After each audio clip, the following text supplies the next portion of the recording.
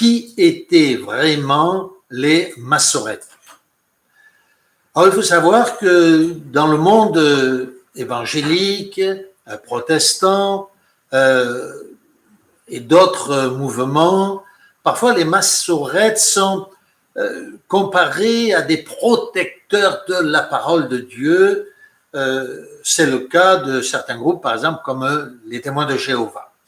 Alors, par exemple, les témoins de Jéhovah écrivent dans une de leurs tours de garde: le Dieu de vérité a préservé sa parole, la Bible, puisque Satan, l'ennemi de la vérité, a tenté de la corrompre et de la détruire. Comment donc nous est-elle parvenue dans son intégrité textuelle? Et il continue en disant, l'article continue en disant: la réponse est en partie incluse dans le commentaire suivant du professeur Robert Gordis. On ne remerciera jamais assez les scribes hébreux, appelés massorètes ou gardiens de la tradition, pour le tour de force qu'ils ont accompli. Ces anonymes ont recopié le Saint Livre avec méticulosité et conscience. Donc, fin de citation. Il s'agit de la tour de garde du 15 septembre 1995. Vous voyez comment ici les massorètes sont encensés et ils s'appuient sur le commentaire d'un professeur pour défendre bien sûr leur point de vue. Et qui donc sont les massorètes? Quelle est la vérité? Les massorètes étaient-ils des protecteurs de la parole de Dieu ou au contraire des falsificateurs de cette parole? Qu'est la vérité? Où se cache la vérité? Eh bien, disons-le clairement, les massorètes étaient des scribes. C'était des scribes, c'est-à-dire des copistes qui copiaient, recopiaient, qui connaissaient parfaitement la loi. C'était des copistes juifs, donc, qui, avant notre ère, longtemps bien sûr avant notre ère, copiaient, recopiaient le texte hébreu, bien sûr, de la loi, de l'Ancien Testament.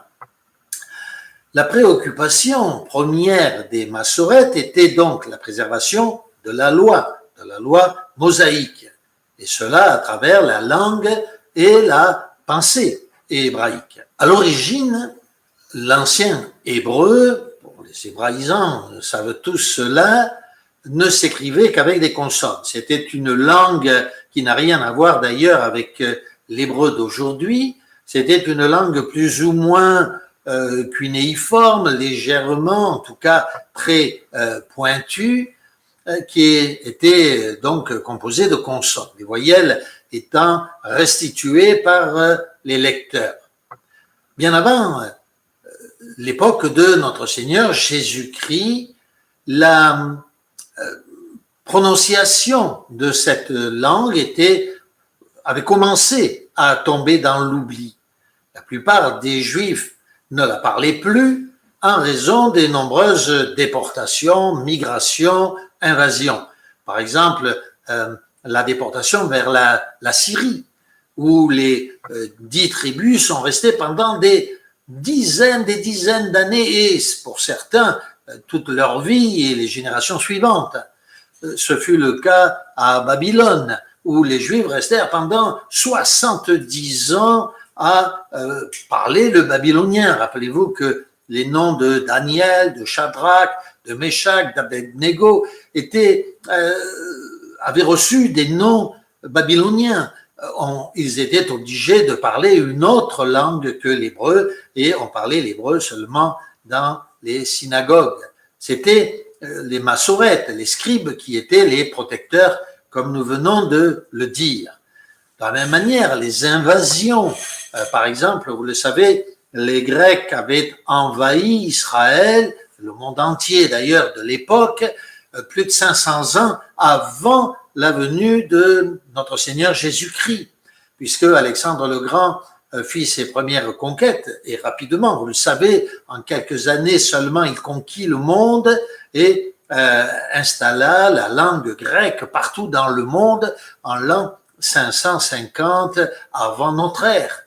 C'est pourquoi d'ailleurs, vous le savez, on ne trouve plus aucun écrit juif dans l'Ancien Testament pendant les 500 années qui ont précédé la venue de notre Seigneur Jésus-Christ. C'est pour vous dire à quel point la langue hébraïque était en désuétude, en voie de disparition. Heureusement, les Massorètes protégeaient la langue, protégeaient la loi, bien sûr, et protégeaient la langue juive. C'est eux d'ailleurs qui rajoutèrent des voyelles avec le temps pour que l'on puisse se souvenir de cette prononciation, qu'elle ne soit pas perdue comme nous le disions précédemment. La famille Ben Asher, par exemple, qui habitait Tibériade sur les bords de la mer de Galilée, ce fut un nom considérable, un nom célèbre dans le monde massorétique, mais cela après la venue de notre Seigneur Jésus-Christ. C'est ainsi que la ville de Tibériade elle-même devint un important centre massorétique. Des groupes massorètes à Babylone et en Israël travaillaient donc, comme nous le disions ou le sous-entendions, depuis longtemps à la préservation de la langue. Le travail était titanesque, nous le comprenons, et cela particulièrement depuis la domination grecque dont nous venons de parler et qui s'étala sur pratiquement 1000 ans finalement sur le monde. Naturellement, les Massorètes portaient leur attention de traducteurs, de recopieurs, de scribes sur la préservation, sur chaque mot, chaque lettre, sur chaque nombre du texte, encore une fois hébraïque bien sûr. Ils reprenaient les travaux de leurs prédécesseurs, ils dénombraient même toutes les lettres du texte et le mettaient en fin de paragraphe pour s'assurer de la fidélité de leur copie, au texte hébraïque précédent. Mais voilà que dès le début du IIe siècle, c'est-à-dire fin du 1er siècle, au moment où les apôtres étaient encore vivants, début du IIe siècle. Je rappelle d'ailleurs que l'apôtre Jean écrit le livre de l'Apocalypse aux environs de l'an 110 de notre ère, c'est-à-dire au début du IIe siècle.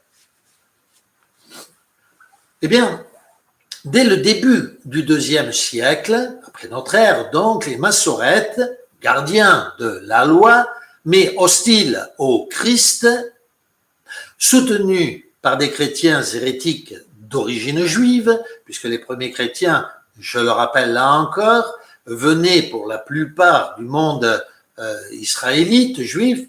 Merci Seigneur d'avoir favorisé d'abord Israël avant de favoriser les nations, commencèrent à s'unir dans un travail qui n'avait plus rien de protecteur pour la parole de Dieu. Les noms de certains de ces chrétiens hérétiques sont d'ailleurs très connus pour ceux qui connaissent la parole de Dieu: Aquila, Symaque, Théodotion. Ils entreprirent avec l'aide des Massorètes des modifications carrément du texte hébreu. Pourquoi? Eh bien, en vue d'effacer toute référence à Jésus en tant que Christ, au Christ et à Jésus, et donc, en conséquence, à toutes les prophéties qui le concernaient. Et donc, les Massorètes entérinèrent, puis fixèrent définitivement un texte hébreu remanié. Nous allons analyser cela en détail par quelques exemples simples, bien entendu. Par exemple, prenons quelques versets modifiés par les Massorètes. Alors, sachons d'abord que toutes les expressions contenant ce genre de phrases, l'enfant du Seigneur, ou encore la face du Seigneur, furent immanquablement supprimées par les massorettes. Des expressions ou des chiffres furent aussi délibérément modifiés. Par exemple, 70 au lieu de 72. Et c'est pour dire qu'il cherchait surtout à effacer toute référence à l'enfant de Dieu, à notre Seigneur Jésus-Christ, ce Messie, dont la parole de Dieu elle-même utilisait l'expression « la face du Seigneur », « l'enfant du Christ ». Mais voyons un autre texte qui apparaît ici, à la télévision, à l'écran, Isaïe chapitre 7, verset 14. Le texte primitif disait « La Vierge deviendra enceinte ». Et donc les massorettes l'ont transformé dans leur haine du Christ en « la jeune femme deviendra enceinte ». Et dans leur Talmud, ils donnaient l'explication que cette jeune femme qui devait devenir enceinte était la femme d'Ézéchias et non pas la Vierge qui allait donner prophétiquement naissance à notre Seigneur Jésus-Christ. Un exemple que je viens de citer parce que la plupart des chrétiens connaissent bien ce texte qui a été corrigé depuis la découverte des manuscrits de la mer Morte et donc des manuscrits grecs qui corroborent les manuscrits fidèles en hébreu. Dans Isaïe au chapitre 50, la deuxième partie du verset 8 écrivait qu'il s'approche du Fils du Seigneur. Et là encore, le texte massorétique a été modifié. Vous pouvez le vérifier dans votre propre exemplaire de l'Écriture. Un autre texte, Isaïe chapitre 63, verset 9, où il est écrit dans le texte original, sachez que ces textes sont confirmés par les premiers chrétiens. Par exemple, celui que je suis en train de vous citer est mentionné par Irénée de Lyon, fidèle disciple de Polycarpe, dont le livre de l'Apocalypse, Révélation, vante les mérites. Cette église de Smyrne qui recevait la bénédiction du Seigneur. Donc je disais, Isaïe 63, verset 9, ce n'est, écrit le texte original, ni un intercesseur, ni un ange, mais le Seigneur lui-même qui les a sauvés, parce qu'il les aime et qu'il prend soin d'eux. C'est lui-même qui les a délivrés. Ce texte-là encore a été édulcoré parce que il a le tort, bien sûr, de faire référence à notre Seigneur Jésus-Christ. Un autre texte, c'est celui de Matthieu, de Malachie, au chapitre 2, verset 8, dont nous le lisons. « Mais vous vous êtes écartés de la voie ». Ça, c'est le texte originel. Vous avez fait de la loi une occasion de chute pour beaucoup. Le texte massorétique, là encore, édulcore complètement le texte en disant « Vous en avez fait trébucher un grand nombre par l'enseignement ». Non, non, c'est pas ce que dit le texte. Le texte originel disait « Par la loi ». Par la loi. Vous avez fait de la loi une occasion de chute.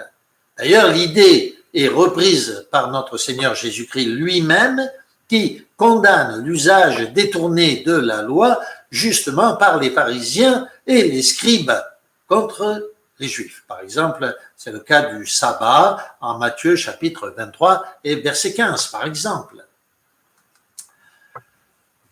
Dans un autre texte, alors bien sûr, nous le comprenons, nous n'allons pas pouvoir citer tous les textes où il y a modification. On ne peut pas faire une analyse en quelques minutes comme cela, mais cela vous donne une idée de cette réalité que je suis en train d'exposer. Isaïe chapitre 11, verset 10, là encore, deuxième partie. Il est écrit dans le texte original, sa résurrection sera glorieuse. Nous voyons, n'est-ce pas, que le Christ devait avoir une résurrection glorieuse et cela ne plaisait pas à ces scribes et pharisiens qui y voyaient là, bien sûr, une référence directe au Christ, à celui qui devait venir. Et donc, ils écrivent « Sa demeure sera glorieuse ». Là encore, nous avons un témoignage non seulement d'après les manuscrits grecs, mais encore d'après des premiers chrétiens comme Irénée de Lyon, par exemple, dans son livre Démonstration. Dans Isaïe, au chapitre 35, versets 3 à 6, il était écrit « Fortifiez les mains qui mollissent et les genoux qui chancellent. Consolez-vous, cœur troublé. Courage, ne craignez pas. Notre Dieu lui-même viendra et nous sauvera. Notre Dieu lui-même viendra et vous sauvera. » Comment ces scribes pouvaient-ils, ces massorètes, pouvaient-ils accepter un tel écrit? Alors, bien sûr, le récit en plus continue, le récit originel continue en disant « Alors s'ouvriront les yeux des aveugles et s'ouvriront les oreilles des sourds. Alors le boiteux bondira comme le cerf et la langue du muet se déliera. » Le rapport qui est fait dans le texte original entre la venue de Dieu lui-même pour sauver le peuple et le délivrer, guérir les aveugles, les sourds, les malentendants, les muets, les aveugles et les boiteux. Comment pouvait-il accepter une telle chose? Le côté donc percutant de ce texte a été cité par, encore une fois, les premiers chrétiens qui attestent de cette version de la Bible utilisée par le Seigneur, notre Seigneur Jésus-Christ et les apôtres, et a disparu complètement du texte massorétique. C'est pourquoi, comme je viens de le dire, les premiers chrétiens n'utilisaient pas le texte massorétique. Pourquoi? Eh bien, nous venons de le voir, en raison de son caractère délibérément expugné de toute référence à notre Seigneur Jésus-Christ. Les premiers chrétiens, à l'instar de notre Seigneur Jésus-Christ, n'utilisèrent donc pas, je le répète, le texte massorétique, mais ils utilisaient plutôt la traduction grecque qui était utilisée à cette époque, puisque nous le rappelons, le monde entier, y compris Israël, parlait le grec, et que depuis 500 ans, il n'y avait plus aucun écrit sacré et en hébreu. Dans vos versions, si vous prenez votre Bible de type Vulgate ou massorétique, vous verrez que pendant les 500 premières années qui ont précédé la venue de notre Seigneur Jésus-Christ, il n'y a aucun texte en hébreu. Les seuls textes que nous possédons sacrés sont des textes grecs.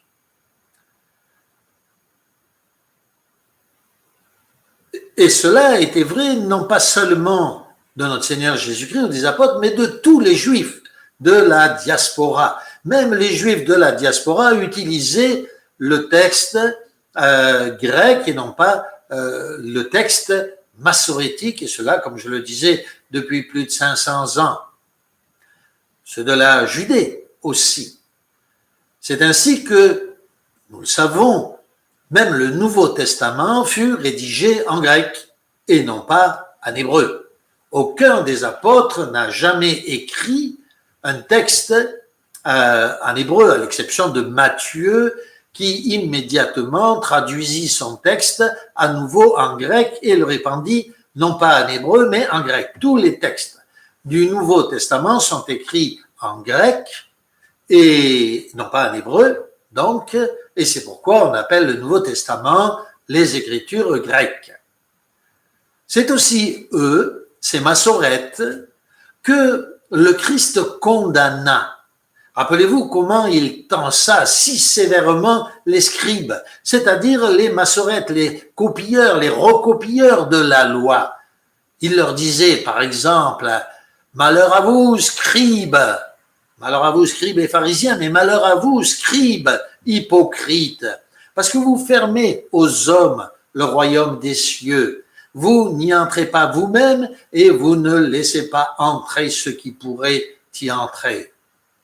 Matthieu 23, verset 13. Ou encore, le Seigneur Jésus-Christ dit, conducteurs aveugles qui filtraient le moucheron et qui avalaient le chameau. Matthieu, toujours chapitre 23, verset 24. Pourquoi dit-il, vous filtrez le moucheron?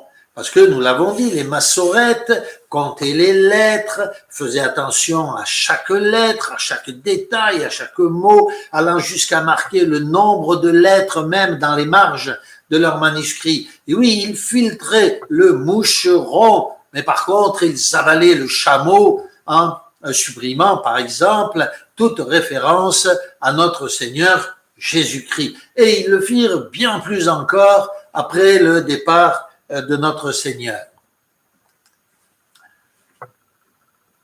À preuve, le témoignage de saint Augustin. Il écrit dans la Cité de Dieu, bien que d'autres aient traduit en grec l'écriture sainte comme Aquila, Symmach, Théodotion, l'Église a reçu la version grecque comme si elle était la seule, en sorte que la plupart des Grecs chrétiens ne savent même pas s'il y a d'autres traductions. C'est ce que je vous disais, à savoir que les Juifs même de l'époque de notre Seigneur Jésus-Christ, et puis plus tard, de l'époque, quelques centaines d'années après, de saint Augustin, mais aussi d'Irénée, de Justin, de Polycarpe, de tous ces premiers chrétiens, eh bien, le peuple chrétien ne se posait même pas la question de savoir s'il y avait des traductions hébraïques de la Bible. La seule qui comptait, qui avait pignon sur rue pour eux, c'était la traduction grecque. La preuve, si vous prenez une traduction hébraïque et que vous la mettez en comparaison, c'est-à-dire l'Ancien Testament hébraïque, j'entends, en hébreu, et que vous la mettez en comparaison avec les manuscrits du Nouveau Testament, qui sont grecs, vous vous apercevez qu'il y a des différences de citation. Le Nouveau Testament donne des citations des prophétiques, et quand on prend la citation prophétique, on s'aperçoit qu'il y a des différences. Pourquoi? Eh bien, parce que les massorettes ont modifié le texte.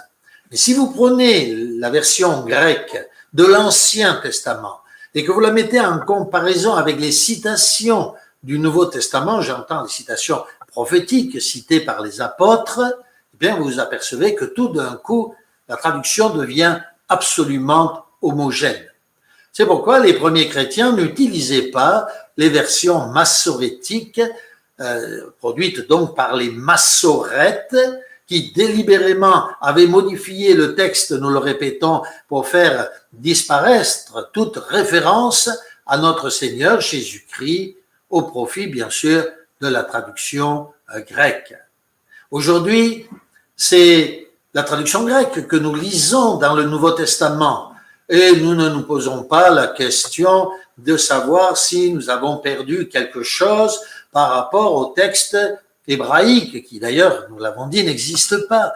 Nous sommes satisfaits, heureux de lire dans nos propres langues, le français par exemple, une traduction d'un texte grec dont nous sommes très, très heureux, texte grec, nous le répétons, utilisé par notre Seigneur Jésus-Christ et les apôtres, à tel point que lorsque notre Seigneur Jésus-Christ utilise une expression hébraïque, elle va être traduite dans le texte du Nouveau Testament, parce que, pour nous montrer qu'à l'époque, on ne parlait plus l'hébreu.